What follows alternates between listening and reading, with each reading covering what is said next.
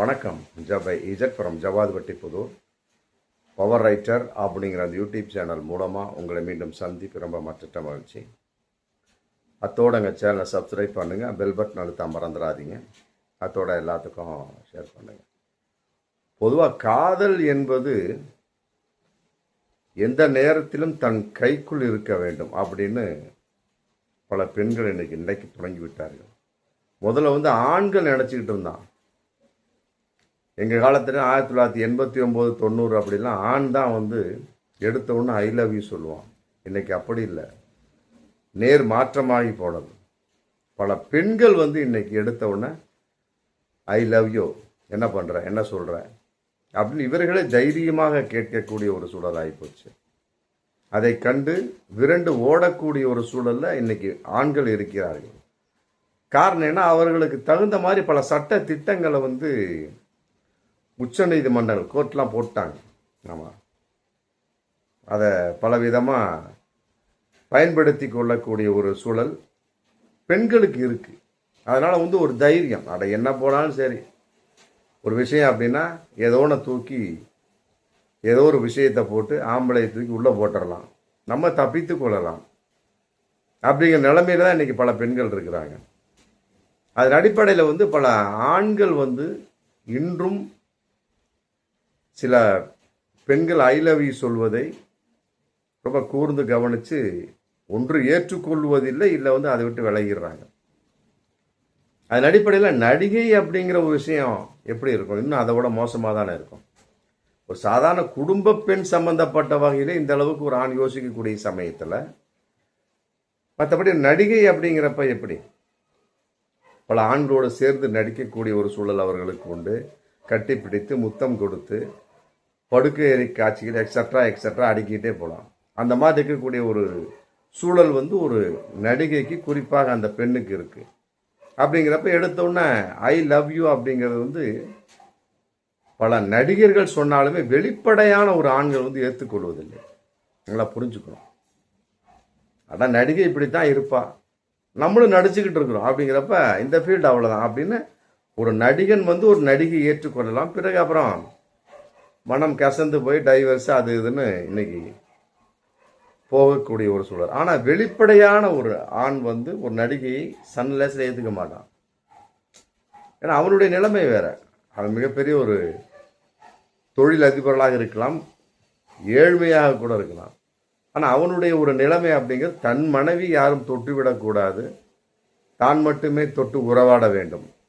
ஆனால் நடிகையை பொறுத்தவரைக்கும் அப்படி சொல்லவெல்லாம் முடியாது.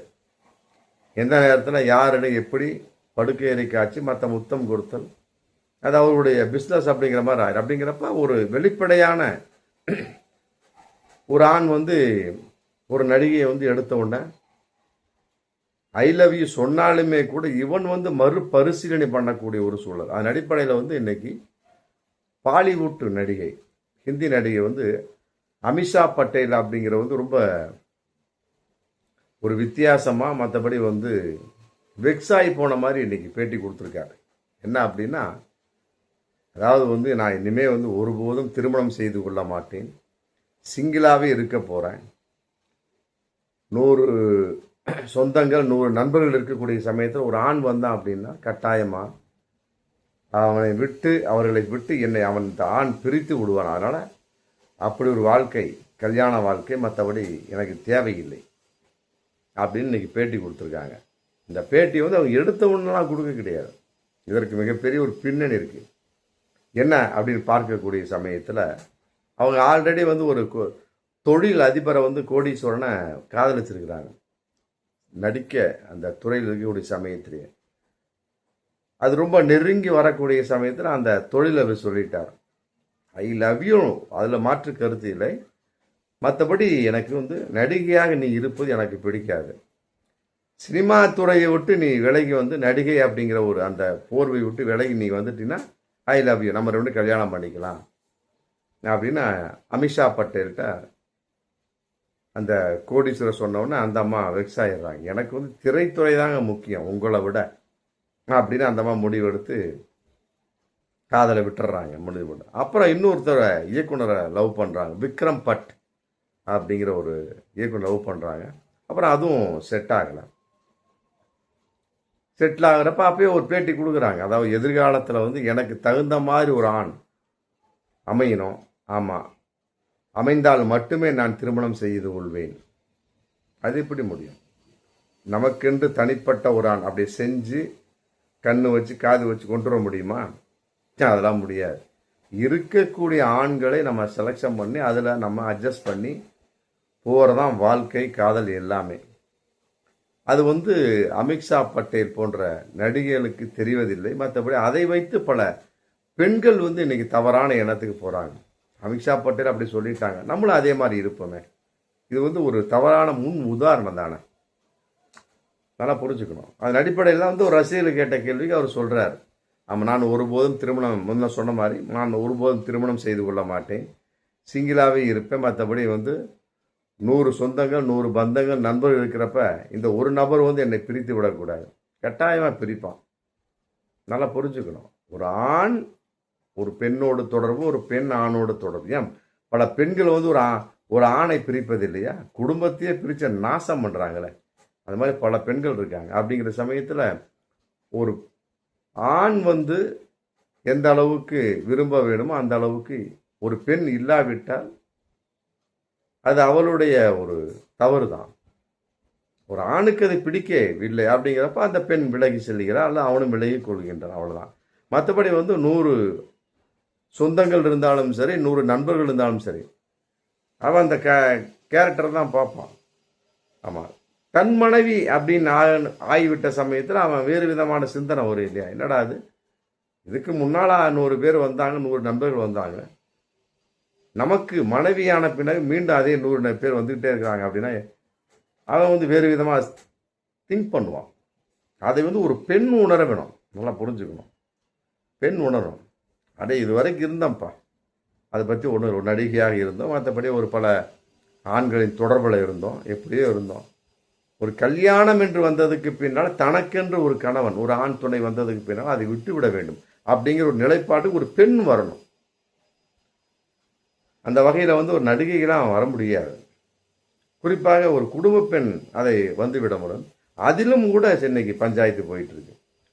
பல குடும்ப பெண்கள் வந்து அதெல்லாம் கிடையாது, நாங்கள் என்ன அப்படியா, அந்த ஃப்ரெண்டு வந்து நானும் அவனு ஒன்றா படித்தோம், 15 வருஷம் ஒன்றா படித்தோம், 10 வருஷம் ஒன்றா படித்தோம், 10 வருஷம் ஒன்றா படிச்சிருக்கலாம், 15 வருஷம் ஒன்றா படிச்சிருக்கலாம்.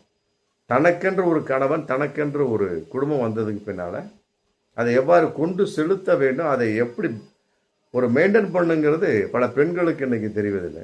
பல ஆண்களும் அதைத்தான் வந்து ரொம்ப வெக்ஸ் ஆகி வந்து என்னடா பெண்கள் இப்படி இருக்கின்றார்கள் அப்படிங்கிற காரணத்தினால தான் இந்த மாதிரி நடிகைகளை காதலிக்காமல், மற்றபடி கல்யாணம் செய்து கொள்ளாத, மற்றபடி அதிக தொடர்புள்ள பல பெண்கள், ஆண் தொடர்புள்ள பல பெண்கள்கிட்ட ஆண்கள் வந்து இன்னைக்கு விலகியே இருந்து விடுகிறார்கள் அப்படிங்கிற ஒரு விஷயம் இதில் போயிட்டு. அதன் அடிப்படையில் அமித்ஷா பட்டேல் வந்து சொல்கிறார், ஆமாம், அவர் சொன்ன மாதிரிலாம் வந்து கரெக்டாக அமைந்து விடாது. கரெக்டாக அப்படியே நூல் வச்ச மாதிரி அவர் என்ன நினைக்கிறார் அதே மாதிரியாக.